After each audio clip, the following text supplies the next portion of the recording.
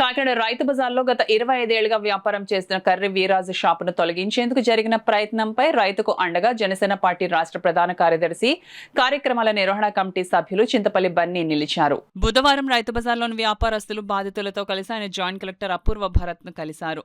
ఈ సందర్భంగా ఆయన మీడియాతో మాట్లాడారు. ఈ కార్యక్రమంలో మార్కెట్ యార్డ్ వైస్ చైర్మన్ భరిగంటి దేవి, 6వ డివిజన్ జనసేన పార్టీ ఇన్ఛార్జ్ కోడి శ్రీను, కాకినాడ సిటీ వాడబల్జీ సంఘం అధ్యక్షులు కామరాజు, బాధిత రైతు కర్ని వీర్రాజు, రైతులు కనకారావు, పండ్రాడ రాజా, కరుప్రోలు సత్యబాబు, యాళ్ల సత్యబాబు, మంచాల రాజు, పుల్ల భద్రరావు, గుండ్రం సతీష్ తదితరులు పాల్గొన్నారు. వైసీపీకి సంబంధించిన నక్కా కిషోర్ అనే వ్యక్తి, ఇది ప్రాపర్ వాయిస్ మొత్తం అంతా కూడా ఈ నక్కా కిషోర్ మాట్లాడేటప్పుడు బొచ్చు శేఖర్ గారు పురమాయించమన్నారండి, నాకేం తెలియదండి అని చెప్పినప్పుడు ఈవెన్ ఒకవేళ మేము వెళ్ళి మాట్లాడుతుంటే మేము అధికారంలో ఉన్నాం కదా, మా పేర్లు చెప్తున్నారు అని అంటున్నారండి. ఓకే, ఎవరి పేర్లు అయినా చెప్పొచ్చు, కానీ ఇప్పుడు ఎక్కడో దొంగతనం జరిగినప్పుడు నా పేరు చెప్తే నేను బాధ్యత తీసుకుని దాన్ని షార్ట్అవుట్ చేయవలసిన విషయం ఉంది.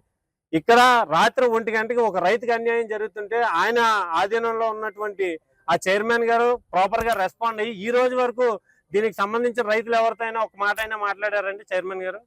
లేదు. తిరిగి వచ్చి వీళ్ళనే భయపెట్టడానికి దీంట్లో చాలా మంది రైతులే కాదు అని చెప్తానంటే రైతు బజార్లో ఎక్కడెక్కడి నుంచో పండించుకుని తీసుకొచ్చి ఇక్కడ అమ్ముకుని వాళ్ళ పూట గడవటం కోసమే చూసుకుంటారు తప్పించి వాళ్ళకి మిగతా రాజకీయాలు ఏం తెలియదు. ఇన్ని సంవత్సరాలుగా రైతు బజార్లో ఇంకా చాలా ప్రాబ్లమ్స్ ఉన్నాయి. గట్టిగా చెప్పాలంటే రైతు బజార్ యాక్చువల్ గా ఫస్ట్ శాంక్షన్ చేసిన ప్లేస్ ఎంత, ఇప్పుడు రైతు బజార్లో ఉన్న స్థలం ఎంత ఉంది, ఎంత ఆక్యుపై అయింది? నిజంగా ప్రజాప్రతినిధులు ఉన్న వాళ్ళు మీకు చిత్తశుద్ధి ఉండి రైతుల పక్షాన్ని నిలబడాలి అనుకుంటే ఉన్న రైతు బజార్కి సంబంధించిన స్థలం, కేటాయించిన స్థలం ఎంత కేటాయించారు, ఇప్పుడు ఎంత ఉంది అనేది సమగ్ర సర్వే చేపిస్తే ఎవరేంటి, ఎవరు భాగవతం ఏంటి, ఎవరు వెనకాల ఉండి ఎంతమందికి సపోర్ట్ చేస్తున్నారు అనేది క్లియర్ గా తెలుస్తుందండి. సుమారు 17 గజాలు ఆక్యుపైడ్ గా బయటకు వచ్చింది అనే విషయం 2014 నుంచి ఇష్యూ జరుగుతోందండి. కేవలం ఆ మాకినేని భాస్కర్ గణేష్ అనే వ్యక్తి ఎదరకొచ్చి 17 అడుగులు ఆక్యుపై చేయడం వల్ల రైతు బజార్కి సంబంధించి అనేక సమస్యలు గ్రీవెన్స్ లో కూడా వస్తున్నాయి.